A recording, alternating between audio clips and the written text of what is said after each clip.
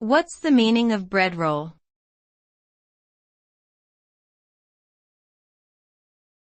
Bread roll.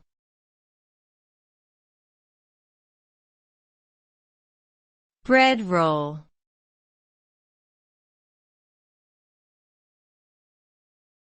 Bread roll.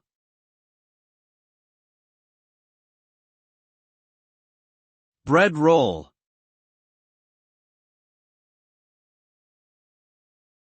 A bread roll is a small, typically round or oval-shaped bread that is commonly used as a breakfast or lunch item.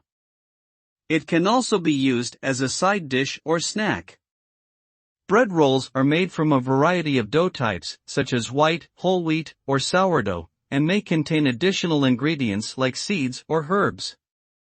The texture of the bread roll can range from soft and fluffy to crusty and dense, depending on the recipe and baking method used. Overall, a bread roll is a versatile and popular food item that can be enjoyed in many different ways.